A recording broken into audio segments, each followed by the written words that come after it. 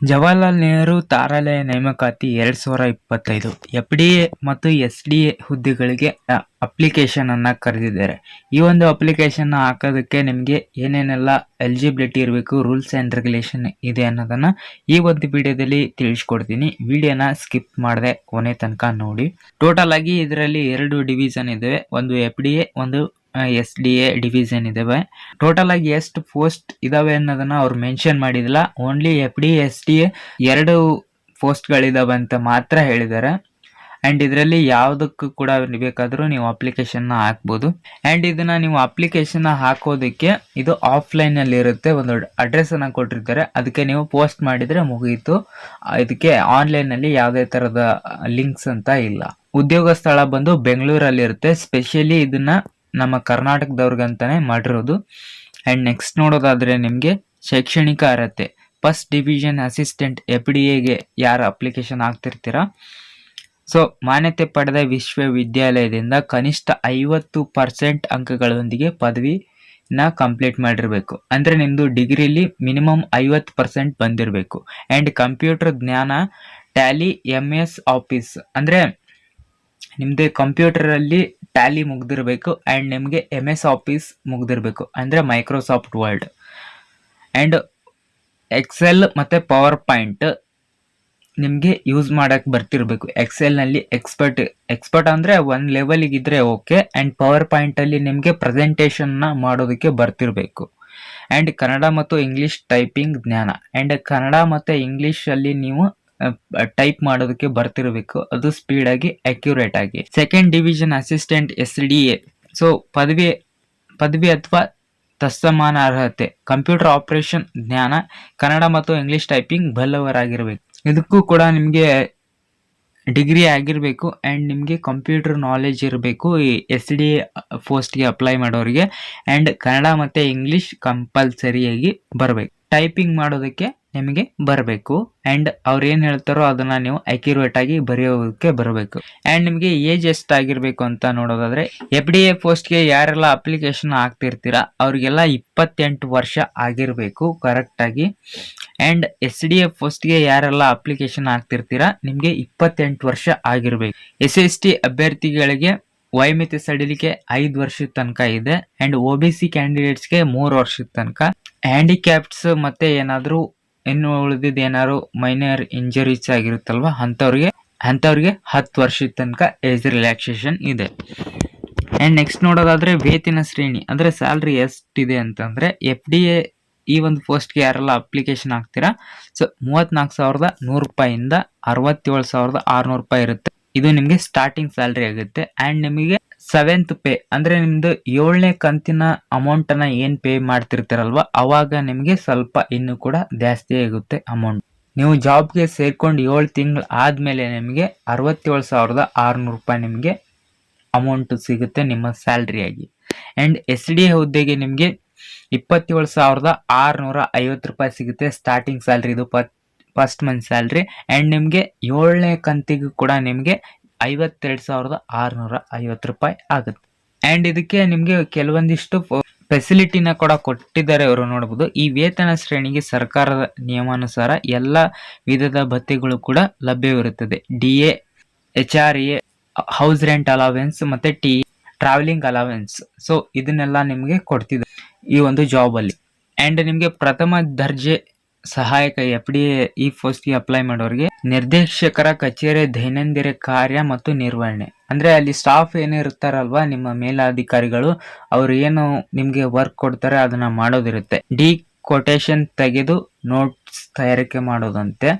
So power point ಪ್ರಸ್ತುತಿ ತಯಾರಿ, ಅಂದ್ರೆ ಪವರ್ ಪಾಯಿಂಟ್ ಅಲ್ಲಿ ಅವ್ರು ಏನಾದ್ರು ಪ್ರೆಸೆಂಟೇಶನ್ ಮಾಡೋದಕ್ಕೆ ಹೇಳಿದ್ರೆ ಅದನ್ನ ಮಾಡೋದು. ಅಂಡ್ ಶೈಕ್ಷಣಿಕ ಕಾರ್ಯಕ್ರಮಗಳ ಪಬ್ಲಿಸಿಟಿ, ವಿನ್ಯಾಸ ಮತ್ತು ವರದಿ ತಯಾರಿ, ಸಭೆ ಆಯೋಜನೆ. ಅಂಡ್ ಎಜುಕೇಶನಲ್ ರಿಲೇಟೆಡ್ ಏನ್ ಇರುತ್ತೆ ಅಲ್ವಾ ಅದ್ರದ್ದು ಒಂದು ಏನಾದ್ರು ಪ್ರೆಸೆಂಟೇಶನ್ ಕೊಟ್ರೆ ಅದನ್ನ ನೀವು ಮಾಡೋದು. ಅಂಡ್ ನೆಕ್ಸ್ಟ್ ನೋಡೋದಾದ್ರೆ ನಿಮ್ಗೆ ದ್ವಿತೀಯ ದರ್ಜೆ ಸಹಾಯಕ SDA, ಸೊ ಕಚೇರಿ ದಾಖಲೆ ನಿರ್ವಹಣೆ, ಅಂದ್ರೆ ನಿಮ್ದು ಆಫೀಸಲ್ಲಿ ಏನೇನೆಲ್ಲ ಡಾಕ್ಯುಮೆಂಟ್ಸ್ ಇರುತ್ತೆ ಅದನ್ನ ನೀವು ಕರೆಕ್ಟ್ ಆಗಿ ನೋಡ್ಕೋಬೇಕು. ಅಂಡ್ ಅದನ್ನ ದಾಖಲೆಗಳ ನಕಲು ತಯಾರಿ, ಅಂದ್ರೆ ಒಂದು ಹ್ಯಾಂಡ್ ರೈಟಿಂಗ್ ಡಾಕ್ಯುಮೆಂಟ್ಸ್ ಇರುತ್ತೆ. ಅಂಡ್ ಕಂಪ್ಯೂಟರ್ ಅಲ್ಲಿ ಕೂಡ ಡಾಕ್ಯುಮೆಂಟ್ಸ್ ಅನ್ನ ನೀವು ಮತ್ತೆ ಬರಿಬೇಕಾಗುತ್ತೆ MS ನೋಟ್ಸ್ ಅಲ್ಲಿ. ಅದನ್ನೇ ಅವ್ರು ಹೇಳಿದ್ದಾರೆ ದಾಖಲೆಗಳ ನಕಲು ತಯಾರಿ ಅಂತ. ಇಮೇಲ್ ಫೋನ್ ಸಂವಹನ ನಿವಾರಣೆ ಆ್ಯಂಡ್ ನಿಮಗೆ ಏನಾದರೂ ಬೇರೆ ಕಡೆಯಿಂದ ಇಮೇಲ್ ಅಥವಾ ಏನಾದರೂ ಫೋನ್ ಬಂದರೆ ಅದಕ್ಕೆ ನೀವು ರಿಪ್ಲೈಯನ್ನು ಕೊಡೋದು, ಅದಕ್ಕೆ ಮತ್ತೆ ನೀವು ಆನ್ಸರನ್ನು ಮಾಡೋದು, ಇಮೇಲ್ಗಳಿಗೆ ರಿಪ್ಲೈಯನ್ನು ಕೊಡೋದಾಗಿರುತ್ತೆ. ಮೂಲ ದಾಖಲೆಗಳು ಮತ್ತು ಫೈಲ್ಗಳ ವ್ಯವಸ್ಥೆ ಆ್ಯಂಡ್ ಏನೇನೆಲ್ಲ ಅಲ್ಲಿ ಕೆಲಸ ನಡೀತಿರುತ್ತೆ ಅಲ್ವಾ, ಅದರದ್ದೆಲ್ಲ ಫೈಲ್ ಮ್ಯಾನೇಜ್ಮೆಂಟನ್ನು ನೀವು ಮಾಡಬೇಕಾಗುತ್ತೆ. ಅರ್ಜಿ ಸಲ್ಲಿಕೆ ಯಾವ ಥರ ಇರುತ್ತೆ ಅಂತ ನೋಡೋದಾದರೆ, ಸೊ ಈ ಒಂದು ವೆಬ್ಸೈಟಲ್ಲಿ ನಿಮಗೆ ಇದ್ರದ್ದು ನೋಟಿಫಿಕೇಶನ್ ಸಿಗುತ್ತೆ. ನಾನು ಇದನ್ನು ಟೆಲಿಗ್ರಾಮಲ್ಲಿ ಕೂಡ ಕೊಟ್ಟಿದ್ದೀನಿ, ನೀವು ನೋಡ್ಕೋಬೋದು. ಆ್ಯಂಡ್ ನಾನು ನಿಮಗೆ ಮೊದಲೇ ಹೇಳಿದೆ ಇದು ಆಫ್ಲೈನ್ ಇರುತ್ತೆ ಅಂತ. ಸೊ ಅಗತ್ಯ ದಾಖಲೆಗಳಿಗೆ ಅರ್ಜಿ ನಕಲು ಕಳಿಸಲು ನಿರ್ದೇಶಕರು ಜವಾಹರ್ಲಾಲ್ ನೆಹರು ತಾರಾಲಯ, ಶ್ರೀ ಟಿ ಚೌಡಯ್ಯ ರಸ್ತೆ, ಹೈ ಗ್ರೌಂಡ್, ಬೆಂಗಳೂರು 560001. ಸೊ ಈ ಒಂದು ಅಡ್ರೆಸ್ಗೆ ನೀವು ಪೋಸ್ಟನ್ನು ಮಾಡಬೇಕಾಗುತ್ತೆ. ಅದರಲ್ಲಿ ನೀವು ಮೆನ್ಷನ್ ಮಾಡಬೇಕು FDಗೆ ಹಾಕ್ತಿರ್ದಿರೋ ಅಥವಾ SDF ಪೋಸ್ಟ್ಗೆ ನೀವು ಅಪ್ಲೈ ಮಾಡ್ತಿದ್ದೀರ ಅಂತ ಮೆನ್ಷನ್ ಮಾಡಿ. ಸೊ ಈ ಒಂದು ಅಡ್ರೆಸ್ಗೆ ನೀವು ಪೋಸ್ಟನ್ನು ಮಾಡಬೇಕು. ನಿಮ್ಮ ಊರಲ್ಲಿ ಯಾವುದು ಪೋಸ್ಟ್ ಆಫೀಸ್ ಇರುತ್ತೋ ಅದಕ್ಕೆ ನಿಮ್ಮ ಒಂದು ಡಾಕ್ಯುಮೆಂಟ್ಸನ್ನು ನೀವು ಕೊಡ್ಬೋದು. ಆ್ಯಂಡ್ ಇದ್ರದ್ದು ಅಪ್ಲಿಕೇಶನ್ ಫಾರ್ಮ್ ಲಿಂಕನ್ನು ಕೂಡ ನಾನು ಟೆಲಿಗ್ರಾಮಲ್ಲೇ ಕೊಟ್ಟಿದ್ದೀನಿ. ಅದನ್ನು ಡೌನ್ಲೋಡ್ ಮಾಡ್ಕೊಂಡು ನೀವು ಆನ್ಲೈನಲ್ಲಿ ಒಂದು ಪ್ರಿಂಟನ್ನು ತಗೊಂಡು ಅದನ್ನು ಫಿಲಪ್ ಮಾಡಿ ಕೊಡಬೇಕು. ಆ್ಯಂಡ್ ನಿಮಗೆ ಅರ್ಜಿ ಶುಲ್ಕ ಅಂತ ಯಾವುದೇ ಥರ ಇದಕ್ಕೆ ಅರ್ಜಿ ಶುಲ್ಕ ಇರಲ್ಲ.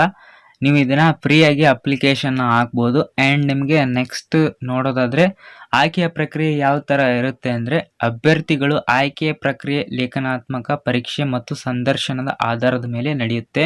ಅಭ್ಯರ್ಥಿಗಳು 2 ಹಂತಗಳಲ್ಲಿ ಯಶಸ್ವಿಯಾಗಿ ಪಾಸಾಗಿರಬೇಕು. ಅಂದರೆ ನೀವು ನಿಮ್ಮದು ಕಂಪ್ಯೂಟರ್ ಬೇಸ್ಡ್ ಆನ್ ಎಕ್ಸಾಮ್ ಏನಿರುತ್ತೆ ಅದಾಗಿರ್ಬೋದು, ಅಥವಾ ನಿಮ್ಮದು ಮೆರಿಟ್ ಲಿಸ್ಟಲ್ಲಿ ಏನು ಸೆಲೆಕ್ಟ್ ಮಾಡ್ತಾರೆ ಅದು. ಸೊ ಇವೆರಡರಲ್ಲಿ ಕೂಡ ನೀವು ಪಾಸ್ ಆಗಿದ್ದರೂ ಎರಡರಲ್ಲಿ ನೀವು ಪಾಸ್ ಆಗಿದ್ದರೆ ನಿಮಗೆ ಇದಕ್ಕೆ ಸೆಲೆಕ್ಷನನ್ನು ಮಾಡ್ತಾರೆ. ಅರ್ಜಿ ಶಾರ್ಟ್ ಲಿಸ್ಟ್ ಆದ ಅಭ್ಯರ್ಥಿಗಳಿಗೆ ಪರೀಕ್ಷೆಯ ದಿನಾಂಕ ಮತ್ತು ಸ್ಥಳವನ್ನು ಅಧಿಕೃತವಾಗಿ ತಿಳಿಸಲಾಗುತ್ತದೆ. ಅರ್ಜಿ ಸಲ್ಲಿಸಿದ ನಂತರ ಅಭ್ಯರ್ಥಿಗಳು ಈ ಮಾಹಿತಿಗೆ ನಿರೀಕ್ಷೆಯಿಂದ ಕಾಯಬೇಕು. ಕೆಲವೊಬ್ರು ಏನು ಮಾಡ್ತೀರಾ ಅಂದರೆ, ಶಾರ್ಟ್ ಲಿಸ್ಟ್ ಅಂತ ಬಿಡ್ತಾರಲ್ವಾ, ಶಾರ್ಟ್ ಲಿಸ್ಟ್ ಬರೋ ತನಕ ನೀವು ಕಾಯೋದೇ ಇಲ್ಲ, ಸುಮ್ಮನಾಗ್ಬಿಡ್ತೀರಾ. ಬಟ್ ಶಾರ್ಟ್ ಲಿಸ್ಟನ್ನು ಯಾವಾಗ ಬಿಡ್ತಾರಲ್ವ ಅಲ್ಲಿ ತನಕ ನೀವು ಕಾಯಬೇಕಾಗುತ್ತೆ. ಆ್ಯಂಡ್ ಅವರು ನಿಮಗೆ ಅಡ್ರೆಸ್ಸನ್ನು ಕೊಡ್ತಾರೆ, ಆ ಅಡ್ರೆಸ್ಗೆ ನೀವು ಹೋಗಿ ಎಕ್ಸಾಮನ್ನು ಬರಿಬೇಕಾಗುತ್ತೆ. ಆ್ಯಂಡ್ ನೆಕ್ಸ್ಟ್ ನೋಡೋದಾದರೆ, ಹೊರ ರಾಜ್ಯದ ಅಭ್ಯರ್ಥಿಗಳಿಗೆ ನಿಯಮಾನುಸಾರ ಪ್ರಯಾಣದ ವೆಚ್ಚವನ್ನು ಅಂದರೆ ಟ್ರಾವೆಲಿಂಗ್ ಅಲವೆನ್ಸ್ ಅದರದ್ದು ಪೇಮೆಂಟನ್ನು ಇವರು ಕೊಡ್ತಾರೆ, ಪಾವತಿಸಲಾಗುತ್ತದೆ.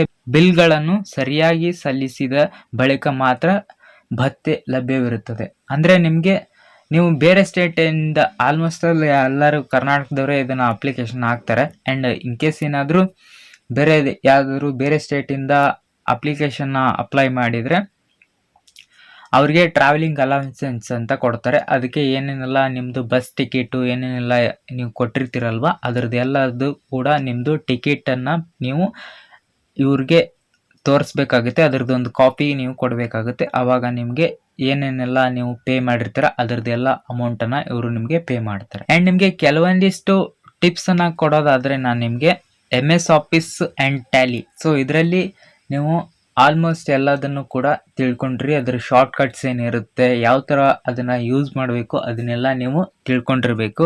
ಆ್ಯಂಡ್ ಕನ್ನಡ ಮತ್ತು ಇಂಗ್ಲೀಷ್ ಟೈಪಿಂಗ್ ಸ್ಪೀಡ್ ಆಗಿರಬೇಕು. ಆ್ಯಕ್ಯುರೇಟಾಗಿ ಕನ್ನಡ ಮಿಸ್ಟೇಕ್ ಇಲ್ಲದೆ ನೀವು ಬರಿಬೇಕು.